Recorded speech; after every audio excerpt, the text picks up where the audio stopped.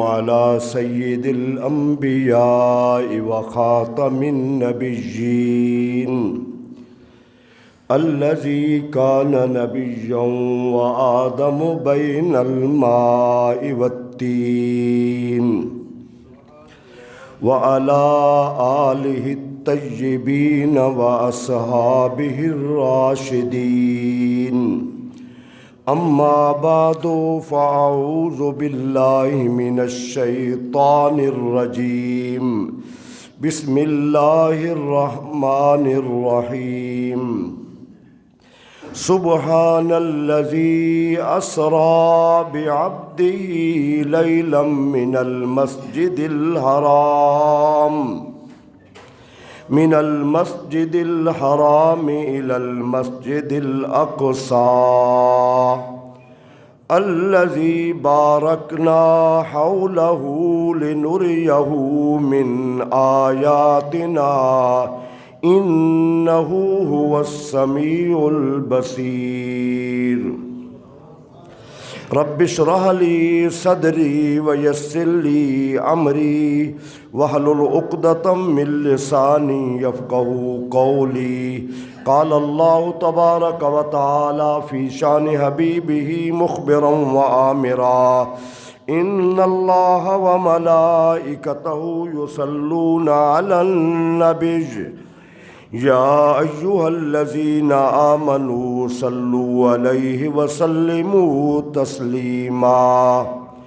اللهم صل على سيدنا ومولانا محمد وعلى آل سيدنا وأصحاب سيدنا ومولانا محمد وبارك وسلم وصلوا عليه صلاة وسلاما عليك يا سيدي يا رسول الله وعلى آلك وأصحابك يا سيدي يا حبیب اللہ. اللہ رب العزت کی حمد و ثنا حضور نبی رحمت شفیع امت جان کائنات خاتم النبیین صلی اللہ تعالی علیہ وسلم کی ذات اقدس پر درود و سلام عرض کرنے کے بعد دعا ہے اللہ رب العالمین ہم سب کو حضور کی عظمتوں کو سمجھنے کی توفیق عطا فرمائے. آج 26 رجب شریف ہے اور آنے والی رات 27 رجب کی ہے جو شب معراج کے حوالہ سے مشہور ہے. یاد رکھیں امت کے حق میں شب قدر افضل ہے اور حضور کی ذات انور کے حوالہ سے شب معراج افضل ہے. شب قدر کی رات میں حضور کی امت کو نوازا گیا ہے اور شب معراج میں رحمت عالم کو نوازا گیا ہے. شب معراج یہ کب واقعہ پیش آیا؟ توجہ سے، یہ حضور کا سب سے بڑا معجزہ ہے اور تاریخ انسانیت کا اللہ نے جب سے کائنات بنائی ہے اور جب تک کائنات چلے گی، چھوٹی سوچ ہماری، ہم کہتے ہیں فلاں بہت بڑا واقعہ ہے، فلاں بہت بڑا واقعہ ہے، لیکن میں آپ کو یہ بتانا چاہتا ہوں رب کعبہ کی قسم، اللہ کی پوری کائنات میں تاریخ کا سب سے بڑا واقعہ معراج ہے. اس سے بڑا واقعہ اللہ کی کائنات میں رونما نہیں ہوا. اسی لیے بڑے بڑے اہل علم لوگ بھٹک گئے، گمراہ ہو گئے، اس واقعے کے منکر ہو گئے. اگر آج بھی عقل کو، فہم و فراست کو استعمال کریں تو یہ واقعہ آج بھی عقل میں نہیں آتا.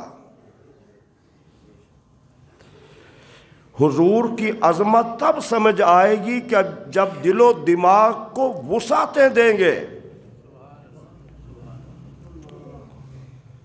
قرآن نے جس انداز سے اس واقعے کو بیان کیا ہے کسی اور کو بیان نہیں کیا۔ قرآن نے کیسے بیان کیا؟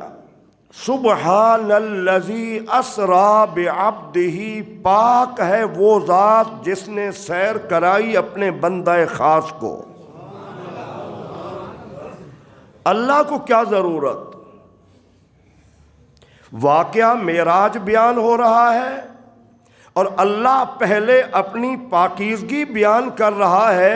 سبحان، دیکھو الذی یہ اس میں موصول ہے گرامر کے اعتبار سے، میں الذی ہوں، آپ الذی سب، لیکن یہاں الذی نہیں فرمایا بلکہ فرمایا سبحان الذی، پاک ہے وہ ذات، کیونکہ آگے واقعہ اتنا بڑا تھا، اتنا بڑا واقعہ تھا، واقعی عقل نہیں مانتی، تو کہا تم اس واقعے کو نہ دیکھو، پہلے مجھے دیکھو کہ میری ذات ہر عیب سے کمزوری سے پاک ہے کہ نہیں۔ یہ واقعہ معراج کا دعویٰ تو میرے رسول نے نہیں کیا بلکہ میں خود کہہ رہا ہوں، سبحان الذی اسریٰ بعبدہ، پاک ہے وہ ذات جس نے سیر کرائی اپنے بندہ خاص کو۔ سیر کا مقصد کیا تھا یہ بھی لوگ بھول گئے، کہا بس جنت کا دکھانا تھا، جہنم کے مشاہدات کرانے تھے، بیت المقدس میں لے جانا تھا۔ نہیں میرے بھائیو، جس نبی رحمت کو اللہ کریم نے یہ شانیں بخشی ہوں، صحیح مسلم شریف کی صحیح حدیث بالاتفاق تمام مسلک والوں کے نزدیک، رحمت عالم نماز پڑھا رہے تھے، نماز کے دوران قدم تھوڑا آگے بڑھایا، ہاتھ اوپر کیا، 2-3 بار ایسا کیا۔ نماز کے اختتام پر صحابہ نے پوچھا حضور آج کوئی خاص بات تھی؟ ہم نے آپ کو آج ایسے کرتے دیکھا ہے۔ تو سنیں ذرا حضور کی شان دیکھیں اور اس حدیث طیبہ کو غور سے سنیں ذرا، اور یہ بھی سوچیں وہ کیسا مزاج ہے جس کی سوچ یہ ہے کہ نبی کو تو دیوار کے پیچھے کی خبر بھی نہیں ہے۔ حضور نے فرمایا اللہ کی جنت میرے سامنے تھی اور انگوروں کا گچھا لٹک رہا تھا، میں نے توڑنے کا ارادہ کیا، پھر نہیں توڑا، پھر ارادہ کیا، پھر میں نے بالآخر کہا میرے امتی جب جنت میں چلے جائیں گے تو جنت میں جا کے کھائیں گے، جنت 7 آسمانوں کے اوپر ہے، میرے نبی کا ہاتھ بھی پہنچ رہا ہے اور نگاہ بھی پہنچ رہی ہے۔ ٹھیک ہے نا، میرے نبی کا ہاتھ بھی پہنچ رہا ہے اور نگاہ نبوت بھی پہنچ رہی ہے۔ تو جس نبی کی عظمت کا یہ عالم ہو تو پھر آپ خود فیصلہ کریں، کیا صرف جنت کے دکھانے کے لیے سفر تھا حضور کا؟ نہیں۔ دوسری بات، آج ٹیکنالوجی میں ترقی کر کے سائنسدانوں نے چاند کے اوپر پہنچنے کو اعزاز سمجھا۔ محبت سے سنیں اور ایمان تازہ کریں۔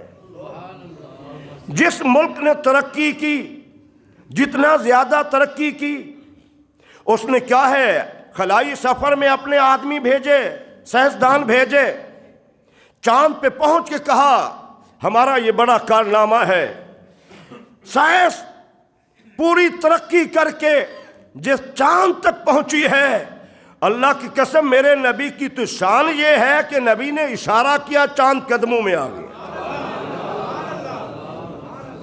اللہم صلی علی سیدنا و مولانا محمد وعلی آل سیدنا و اصحاب سیدنا و مولانا محمد وبارک وسلم وصلو علیہ صلاۃ و سلام علیک یا سیدی یا رسول اللہ وعلی آلک و اصحابک یا سیدی یا حبیب اللہ۔ میری بات سمجھ آئی ہے؟ یاد رکھیں یہ واقعہ چاند کے 2 ٹکڑے ہونے کا اشارہ نبوت سے یہ صرف اہل مکہ مکرمہ والوں نے نہیں دیکھا، بلکہ یہ حضور کا آفاقی معجزہ، آفاق میں نے پوری کائنات، یہ حضور کا آفاقی معجزہ پوری کائنات میں اللہ نے دکھایا ہے، تو نبی رحمت کی انگلی میں یہ اثر اور طاقت اور قوت ہے جو چاند کے 2 ٹکڑے کر کے ایک ٹکڑے کو مکہ مکرمہ میں پہنچا دے۔ تو اس نبی کے لیے لے جانے والا اللہ ہو، قدرت اللہ کی ہو، ان اللہ علی کل شیء قدیر اللہ کی ذات ہو، پھر سمجھ میں نہ آئے؟ غور کریں ذرا، ٹھیک ہے نا؟ فرمایا پاک ہے وہ ذات جس نے سیر کرائی اپنے بندہ خاص کو۔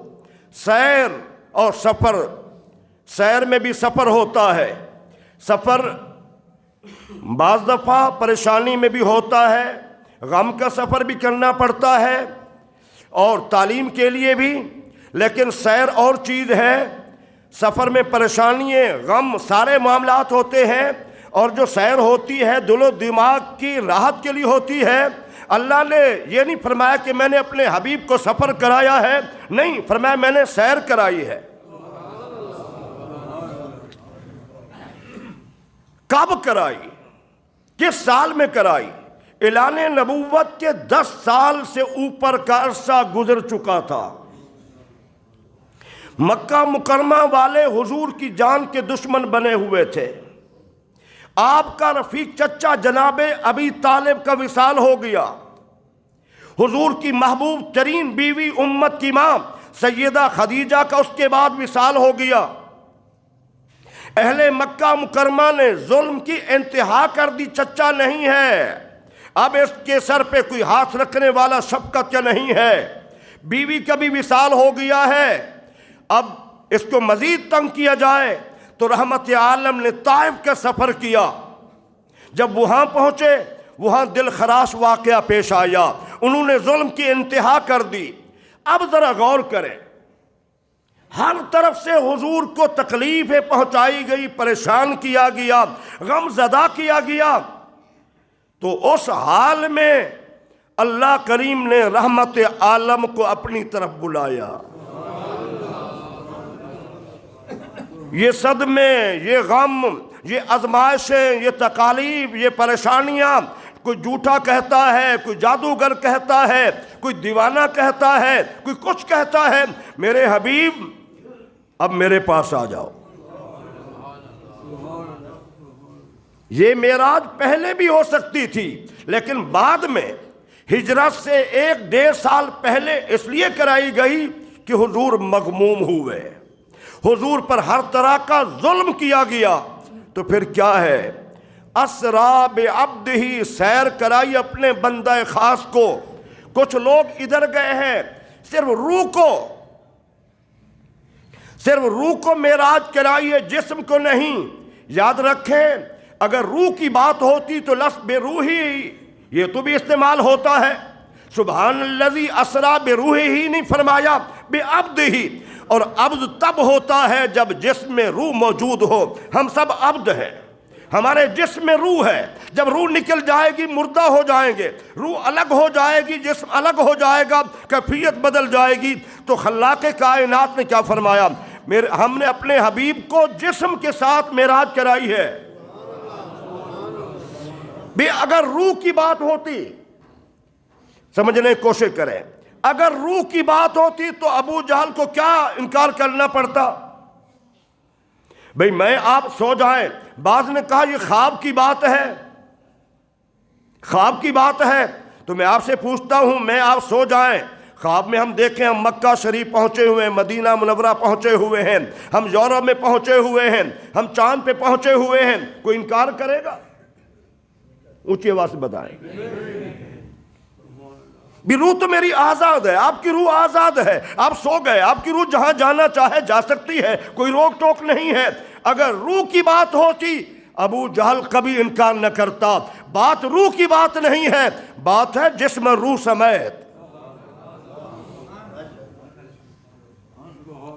روح کی بات ہوتی یا خواب کی بات ہوتی تو پھر تو مسئلہ ہی نہیں ہے، پھر تو اس میں عظمت ہی نہیں ہے۔ عظمت تب ہے جب جسم کے ساتھ۔ اور یہ یاد رکھیں سواری جو ہوتی ہے وہ جسم کے لیے ہوتی ہے، روح کے لیے نہیں ہوتی۔ سواری کبھی روح کے لیے نہیں ہوتی۔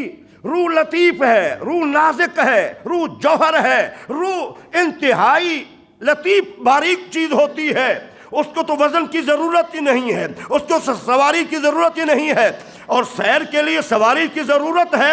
تو یہ سارے دلائل بتا رہے ہیں کہ خلاق کائنات نے رحمت عالم کی روح کو نہیں بلکہ جسم کو سیر کرائی ہے۔ اچھا، بہت ساری باتیں چھوڑ کے جبریل امین حاضر ہوئے ملائکہ کے ساتھ حضرت ام ہانی کے گھر، جو آپ کی عزیزہ تھیں، پھوپھی جان تھیں۔ حضور اوراد و وظائف پڑھ کے، میں اکثر کہتا ہوں بہت سارے خطباء کہہ جاتے ہیں نماز عشاء پڑھی، ابھی تو نماز فرض ہی نہیں ہوئی، نماز تو بعد میں فرض ہوئی ہے۔ حضور اوراد و وظائف ذکر الہی کرنے کے بعد لیٹ گئے، لیٹے۔ جبریل امین کو اللہ نے بھیجا، اور جبریل کیا ہے، تعارف کیا ہے؟ یہ سید الملائکہ، تمام ملائکہ کا سردار ہے۔ جبریل کیا ہے؟ تمام انبیاء کرام کا صحابی ہے۔ جبریل کیا ہے؟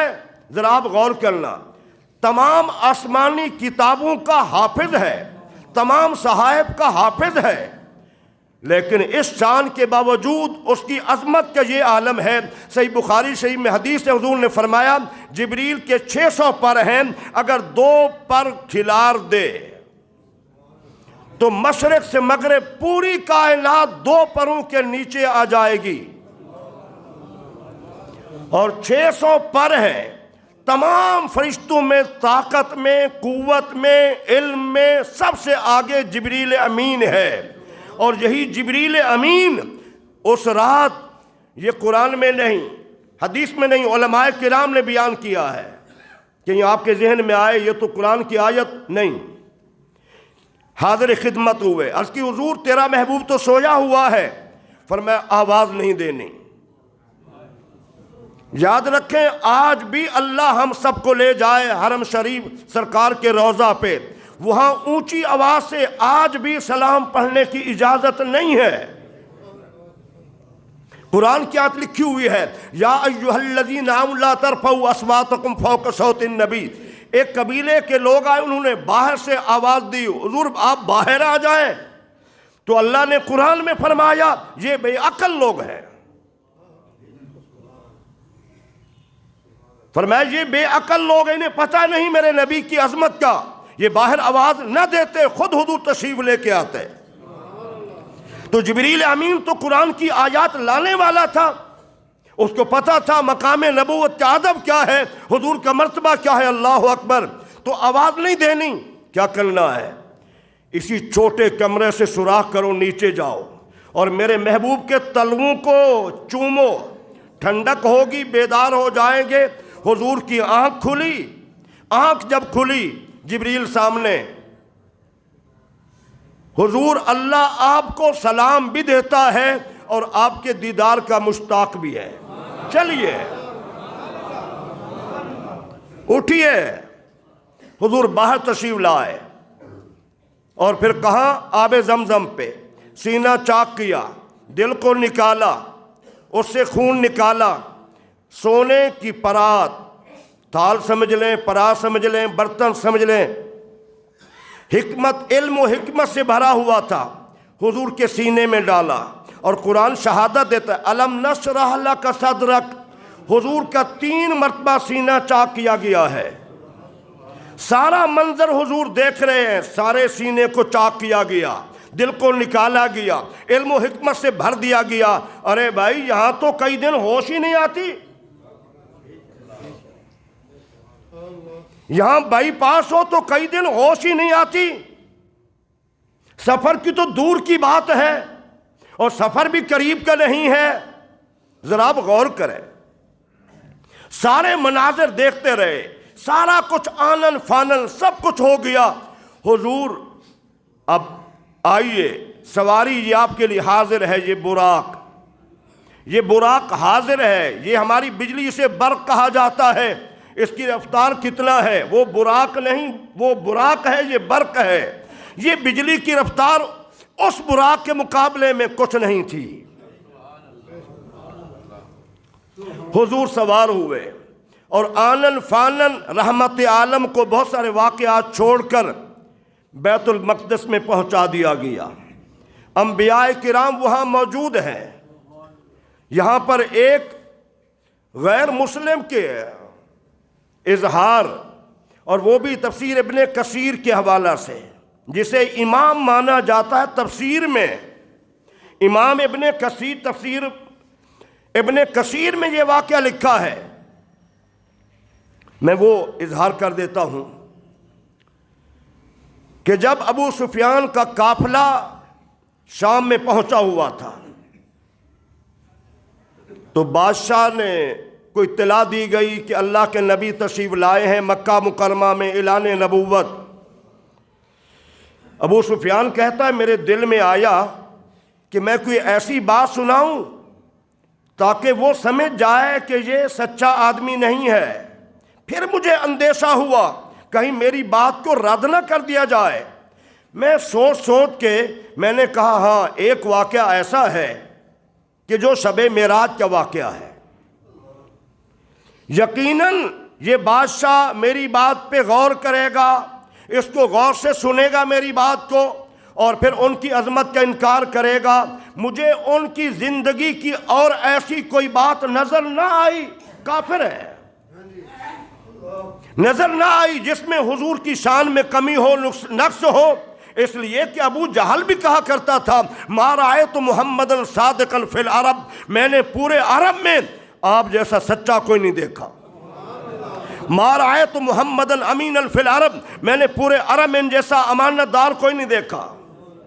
کہتے سوچنے کے بعد ادھر بادشاہ نے بلوایا، میں چلا گیا۔ بادشاہ نے پوچھا تمہارے علاقے میں کسی نے نبوت کا دعویٰ کیا ہے؟ میں نے کہا ہاں دعویٰ کیا ہے۔ کہا اس کے متعلق کچھ بیان کرو۔ اس نے کہا ایک بات عرض کرتا ہوں، آپ اندازہ لگا لیں وہ سچا ہے یا معاذ اللہ جھوٹا ہے۔ کہا سناؤ۔ کہا اس نے دعویٰ کیا ہے کہ ایک رات کے تھوڑے سے حصے میں، آدھی رات بھی نہیں، تہائی رات بھی نہیں، رات کے تھوڑے سے حصے میں مکہ مکرمہ مسجد حرام سے بیت المقدس پہنچے اور پھر واپسی بھی ہو گئی رات کے تھوڑے سے حصے میں۔ کیا آپ کی عقل مانتی ہے اس بات کو؟ وہ بادشاہ، عیسائی بادشاہ، جب اس نے یہ بات سنی تو ایک ایلیا نامی شخص جو اس وقت بڑا پادری تھا، بڑا عالم تھا، اس نے کہا بادشاہ سلامت، مجھے اجازت ہو تو میں بات کروں؟ یہ میں ایک معتبر تفسیر کے حوالے سے میں واقعہ بیان کر رہا ہوں۔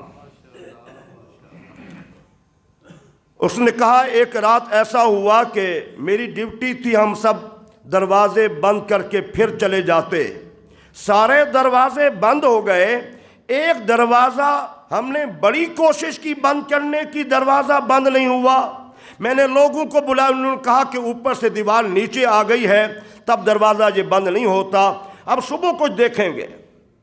کہا پوری کوشش کے باوجود دروازہ بند نہیں ہوا۔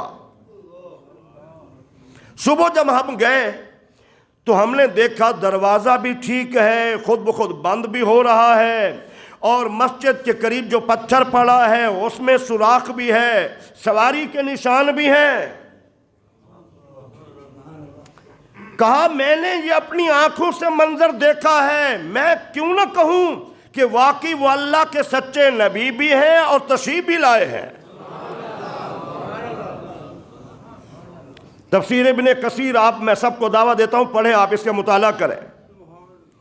کہا صبح کے ٹائم میں نے پھر جب یہ دیکھا منظر تو میں نے کہا واقعی یہاں اللہ کا کوئی نبی آیا ہے جس کی وجہ سے بیت المقدس کا دروازہ بند نہیں ہوا۔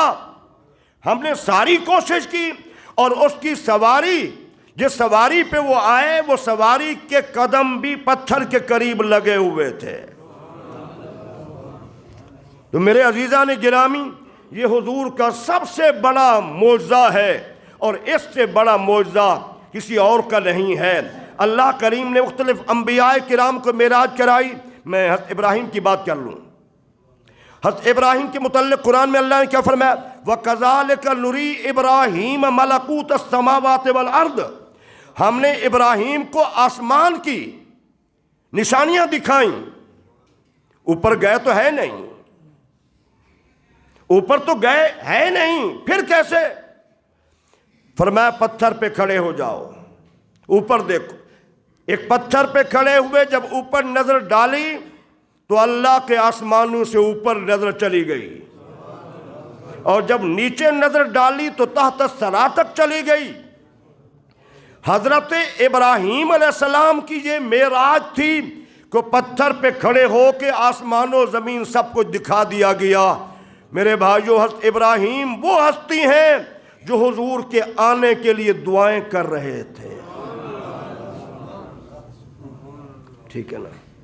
تو رحمت عالم نے بیت المقدس میں انبیاء کرام کی امامت فرمائی, اور قرآن میں اللہ فرماتا ہے لَتُؤْمِنُنَّ بِهِ وَلَتَنْصُرُنَّ.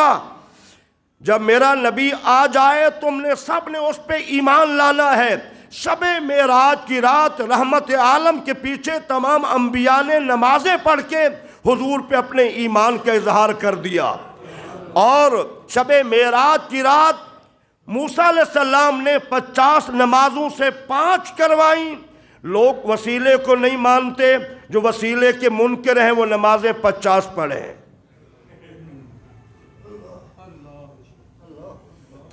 اور میرے بھائیوں, موسیٰ علیہ السلام کے وسیلے سے, ان کے ذریعہ سے انہوں نے بار بار کہا تو نمازیں 50 سے 5 ہو گئیں. آج ہم کہتے ہیں وسیلہ کوئی نہیں ہے.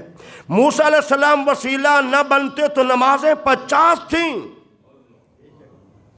کاش اللہ ہمیں سمجھ عطا فرمائے. میرے عزیزان گرامی, یہ تاریخ کا سب سے بڑا واقعہ ہے, بہت بڑا واقعہ ہے. میں بہت ساری باتیں چھوڑ کر گو دل کو اطمینان ملتا ہے, لیکن وقت سامنے رکھ کے میں نے عرض کیا ہے. اللہ کریم ہم سب کو حضور کی عظمتیں سمجھنے کی توفیق عطا فرمائے. یہ تو محشر کو پتہ چلے گا جب اللہ کی حمد کا جھنڈا حضور کے ہاتھ میں, سارے انبیاء, حضور نے فرمایا انا قائد الاولین انا قائد الانبیاء ولا فخر. تمام انبیاء کرام کا قائد میں ہوں گا, مجھے فخر نہیں ہے. ہماری بلے بلے پنجابی میں کیوں ہے؟ حضور کی وجہ سے ہے, حضور کی وجہ سے ہے. ہمارے اعمال وہ نہیں ہے اللہ کی قسم, لیکن ہماری عظمت دنیا میں بہترین امت یہ حضور کی وجہ سے, اور قیامت میں بھی حضور کی وجہ سے. ایک حدیث ایمان تازہ کرنے کے لیے رحمت عالم نے فرمایا اللہ کریم نے تمام انبیاء کرام پر جنت کا داخلہ حرام قرار دیا ہے جب تک پہلے میں نہ داخل ہو جاؤں, اور اللہ کریم نے تمام انبیاء کرام کی امتوں پر جنت کا داخلہ حرام قرار دیا ہے جب تک پہلے میری امت نہ داخل ہو جائے. اللہم صلی علی سیدنا و مولانا محمد وعلی آل سیدنا و اصحاب سیدنا و مولانا محمد وبارک وسلم وصلو علیہ صلاۃ و سلاما علیک یا رسول اللہ وعلی آلک و اصحابک یا حبیب اللہ. اتوار کو انشاءاللہ, کل نہیں پرسوں انشاءاللہ, بعد نماز مغرب انشاءاللہ محفل معراج شریف ہوگی. احباب سے گزارش ہے نماز مغرب یہاں ادا فرمائیں, حضور کی عظمتوں کو سنیں. اللہ ہم سب کو, ہماری نسلوں کو قیامت تک حضور کی عظمتیں سمجھنے کی توفیق عطا فرمائے. آمین.